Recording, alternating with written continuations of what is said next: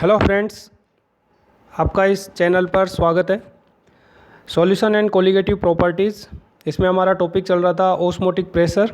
Osmotic pressure के numericals हमने start कर दिए थे और न्यूमेरिकल नंबर 6 तक हमने कंप्लीट कर लिए थे। इसके बाद में हम आगे कंटिन्यूस चैप्टर को करते हैं। तो यहाँ तक हमने क्वेश्चन किया था, इसमें अल्फ़ा की वैल्यू निकाली थी फॉर द K2SO4, यानी कि यहाँ पर हमको दो अलग अलग सॉल्यूशन गिवन थे और उन दोनों के लिए कंडीशन गिवन थी कि ये आइसोटोनिक है। तो आइसोटोनिक होने के केस में हमें जो K2SO4 है उसका अल्फ़ा कैलकुलेट करने के लिए बोला था, वो क्वेश्चन हमने कर लिया। इसके बाद हम कंटिन्यू आगे बढ़ाते हैं। इसी में हमारे पास में एक न्यूमेरिकल है जिसमें गिवन है if 12 gram of acetic acid is dissolved in benzene. यहाँ पर बेंजीन के अंदर डिजोल्व कर रहे हैं। जैसे मैंने आपको बताया था शुरू में कि एसिटिक एसिड और बेंजोइक एसिड ऐसे सोल्यूट होते हैं जो कि बेंजीन में एसोसिएट हो जाते हैं। तो यहाँ पर बेंजीन में ये एसोसिएट होने वाला एग्जाम्पल है। तो इसमें गिवन है 12 gram of acetic acid is dissolved in benzene, यानी बेंजीन में आप इसको डिजोल्व कर रहे हैं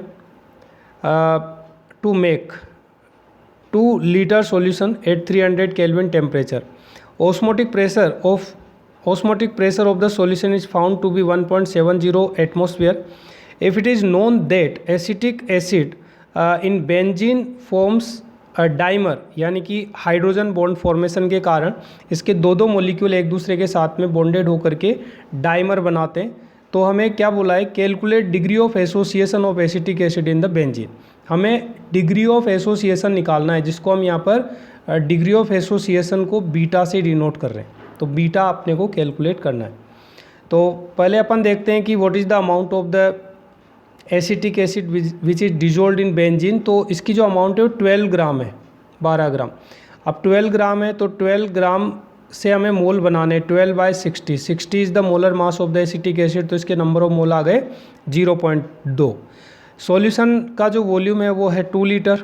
तो हमारे को कंसंट्रेशन निकालनी है, यानी मोल पर लीटर में, तो ये हो जाएगी 0.1 m कंसंट्रेशन।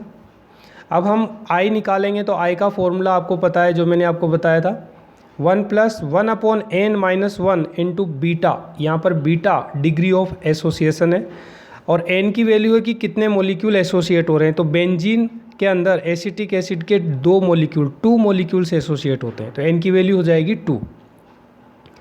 तो यहाँ से आप I की वैल्यू इस फॉर्मूले के थ्रू यूज़ करके निकाल सकते हैं, यानी 1 + 1/2 - 1 इंटू बीटा। अब आपको पाई इक्वल टू लिखना है CRT, जो कि एक्सपेरिमेंटल वैल्यू ऑफ पाई है।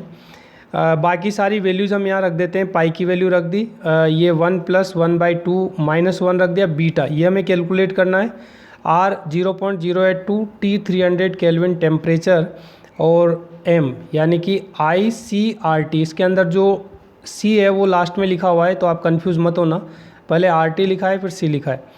और उसके बाद हम इस क्वेश्चन को सोल्व करते हैं। सोल्व करने के बाद में हमें जैसे यहाँ पर सोल्व करके हमने β/2 निकाला, तो β/2 की वैल्यू इतनी आ गई। ठीक है, ये एक्चुअली इसके अंदर इसको आप छोड़ दीजिए, यहाँ से नीचे आ जाओ, यानी इस स्टेप के बाद इस स्टेप पर 1.7 = 1 - β/2 इंटू इन सब को मल्टीप्लाई करने पर आता है 2.46। तो ये 2.46 आ गया।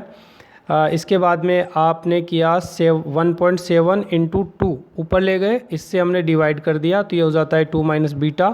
फिर हमने बीटा को जो है इस तरह से इक्वेशन को कन्वर्ट किया कि हमें मिला, जैसे यहाँ पर इसका जो सॉल्यूशन है वो था 1.38। तो इस 1.38 को ले गए इधर की तरफ और बीटा को ले गए उधर से निकाल के इधर की तरफ, तो बीटा हो गया पॉजिटिव। यानी ये आ जाता है आपके पास में 2 - बीटा = 1.38 और बीटा = 2 - 1.38 यानी कि 0.6178। और बीटा की वैल्यू अगर परसेंटेज में निकालोगे देन इट विल बी 61.78%।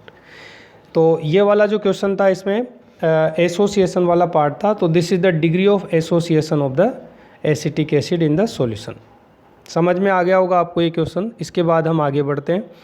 हम न्यूमेरिकल्स की बात कर रहे हैं। तो न्यूमेरिकल्स का जो लेवल है, जैसे आप मेंस देते हो, नीट देते हो, एडवांस देते हो, तो धीरे धीरे इनका लेवल थोड़ा थोड़ा बढ़ता जाता है, हमें भी बढ़ाना चाहिए।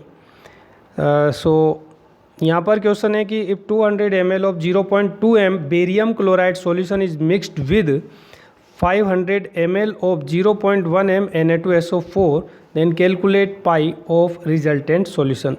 तो हमारे पास में दो सॉल्यूशन है, एक बेरियम क्लोराइड का है और दूसरा सोडियम सल्फेट का है। दोस्तों अल्फ़ा की बात करें तो यहाँ पर अल्फ़ा इसके अंदर गिवन नहीं है, लेकिन इस जगह पर थोड़ा सा हमें सोचना है, एक बेरियम क्लोराइड है और दूसरा सोडियम सल्फेट है, अगर दोनों को हम मिक्स करते हैं तो क्या कोई रिएक्शन होती है? डेफिनेटली इनके अंदर रिएक्शन होती है और बेरियम सल्फेट का पीपीटी बन जाता है। PPT of the barium sulphate is formed. अब आपको पता है कि बेरियम सल्फेट का जो पीपीटी बनता है वो वाटर में इनसोल्यूबल होता है, यानी उसके कारण जो सोल्यूट के नंबर ऑफ पार्टिकल्स होते हैं ना सॉल्यूशन में, उनके ऊपर कोई इफ़ेक्ट नहीं पड़ता है, यानी उसको रिमूव कर दो, मान लो कि वो बेकार है। तो पहले अपन लेते हैं बेरियम क्लोराइड। पहले इसमें मूल कंसेप्ट है, लिमिटिंग रिएजेंट है और उसके बाद ही क्वेश्चन आगे बढ़ रहा है। Barium chloride Na2SO4 they react with each other to form barium sulphate NaCl। NaCl तो आयनाइज होगा, बेरियम सल्फेट नहीं होगा। अब T = 0 पर हम इनके निकालते हैं मिलीमोल्स। तो मिलीमोल्स होता है वॉल्यूम इन मिलीलीटर इनटू मोलेरिटी। तो यहाँ पर आपने इनके मिलीमोल निकाल लिए। अब ये इक्वेशन बैलेंस है, आप इसमें देखेंगे कि जो बेरियम क्लोराइड है this is the limiting reagent. तो इसके 40 में से 40 मिलीमोल, 50 में से 40 मिलीमोल Na2SO4 के रिएक्ट करेंगे, इसके बनेंगे 40 और इसके बनेंगे 80। अब जो सॉल्यूशन बचेगा उस सॉल्यूशन में फाइनली जो डिजोल होने वाले पार्ट है उसमें 10 मिलीमोल्स होंगे Na2SO4 के और 80 मिलीमोल्स होंगे NaCl के, क्योंकि ये वाला तो हो गया 0 और ये वाटर में सोल्यूबल नहीं है। ठीक है, तो अब अगर हम बात करें number of particles which are soluble, millimoles of Na+, तो Na+ के जो मिलीमोल है, मिलीमोल्स ऑफ Na+, मतलब यहाँ पर Na+ के जो मिलीमोल है वो कितने होंगे?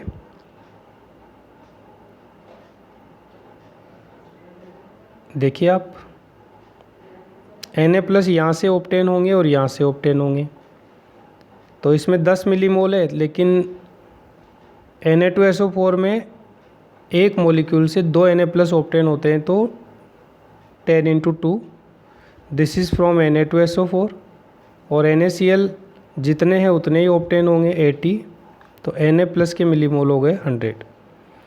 दूसरा मिलीमोल्स ऑफ सल्फेट, सल्फेट यहाँ से ऑब्टेन होंगे, इसके 10 है तो 10 मिलीमोल सल्फेट के हो गए। Millimoles of Cl-, Cl- NaCl से ऑब्टेन होंगे, इसके होंगे 80। तो ये सोल्यूट के नंबर ऑफ आयंस हो गए। Total number of ions of the solute होगा, कितना होगा देखिए आप, Na के होंगे 100, इसके होंगे 10 और इसके होंगे 80, तो दोनों मिला के हो गए 190, 190 तीनों को मिलाने पर। तो these are the number of millimoles of the ions of the solute. इसमें नेचर की बात नहीं कर रहे हैं, आयंस की बात कर रहे हैं। और सॉल्यूशन का वॉल्यूम है हमारे पास में 500 ml, सॉरी 500 + 200, तो दोनों का टोटल मिला के वॉल्यूम हो गया 700। तो कंसंट्रेशन हम निकाल रहे हैं तो 190 डिवाइडेड बाय 700, तो ये हमें कंसंट्रेशन मिल जाती है। और इस सॉल्यूशन का पाई निकालना है तो पाई = CRT, क्योंकि इसमें आई जो है वो हम पहले से ही यूज़ कर चुके हैं, हमें एक्सपेरिमेंटल नंबर ऑफ आयंस निकालने थे जो हमने निकाल लिए। तो दोस्तों इस क्वेश्चन में आपको बहुत ही सतर्कता रखनी है कि जब भी अगर मान लो कोई PPT बनने वाला केस आ जाए तो हमें उसको ध्यान में रखना है। अगला न्यूमेरिकल भी कुछ इस तरह का ही है।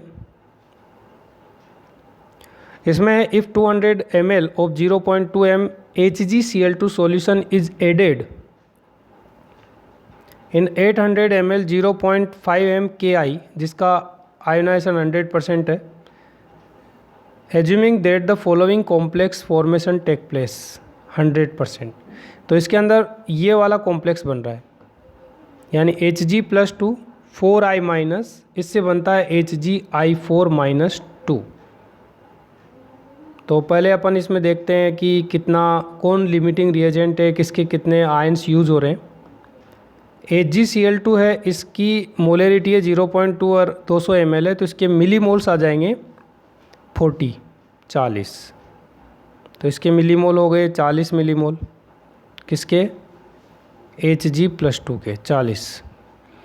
I के जो है वो कितने मिलीमोल हो गए, क्योंकि यहाँ पर I जो है 0.5 है, 800 है, तो 0.5 इंटू 800 करेंगे तो ये हो जाएंगे 400 मिलीमोल्स। आयोनाइज 100% है, इसलिए जितने हैं उतने ही बनेंगे। अब दोनों की रिएक्शन होगी तो इसमें लिमिटिंग रिएजेंट हो गया Hg+2, तो इसके 40 के साथ इसके 4 टाइम्स यानी कि 160, तो इसके बचेंगे 240 मिलीमोल्स।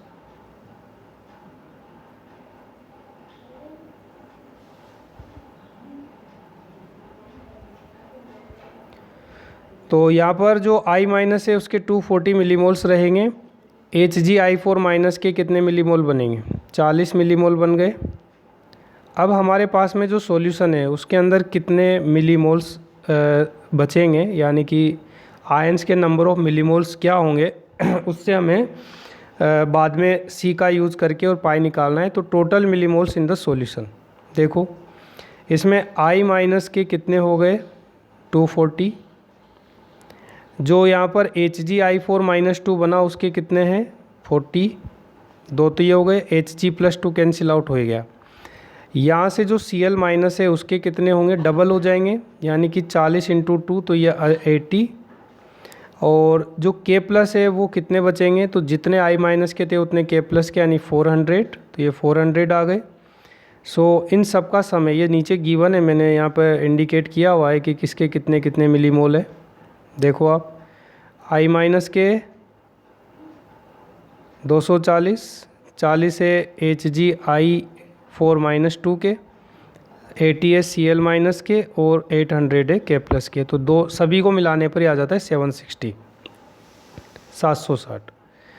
अब 760 आ गया। टोटल वॉल्यूम ऑफ सॉल्यूशन अगर हम देखेंगे तो 200 एंड 800 है, तो 200 + 800 ये हो गया 1000 मिलीलीटर, यानी कि 1 लीटर। तो अगर हम कंसंट्रेशन की बात करें तो कंसंट्रेशन यानी कि C will be equal to this, क्योंकि इसमें मिलीमोल है तो millimole divided by millilitre in volume से हमें मिलता है कंसंट्रेशन मोल पर लीटर में, और उसके बाद में पाई निकालना है तो पाई इक्वल टू CRT, और ये फाइनली आ जाता है 18.69। थोड़ा सा इधर भी मैंने आपको बताया है कि किस किस के कितने कितने हैं, जैसे millimole of Cl-2 Cl2 Ki Cl- ये Cl2 नहीं HgCl2। तो इस तरह से हम इस न्यूमेरिकल को सोल्व कर सकते हैं। तो यहाँ पर ये वाला जो न्यूमेरिकल था उसमें भी एक कॉम्प्लेक्स आयन बन रहा है, और ये गिवन भी था, हमें न्यूमेरिकल को सोल्व करते टाइम देखना चाहिए, ध्यान रखना चाहिए कि किस तरह का क्वेश्चन है। नाउ तो ये हमारा जो टॉपिक है ओस्मोसिस एंड ओस्मोटिक प्रेशर, यहाँ तक हमारा कंप्लीट हो जाता है। इसके न्यूमेरिकल्स भी हमने किए, लगभग 8-10 न्यूमेरिकल है, सभी टाइप के न्यूमेरिकल्स हमने किए हैं। तो अगली क्लास में यानी कि नेक्स्ट जो होगी उसमें हम relative lowering in vapour pressure, that is the second colligative property of the solution start करेंगे। So students, thank you for watching my video, thanks.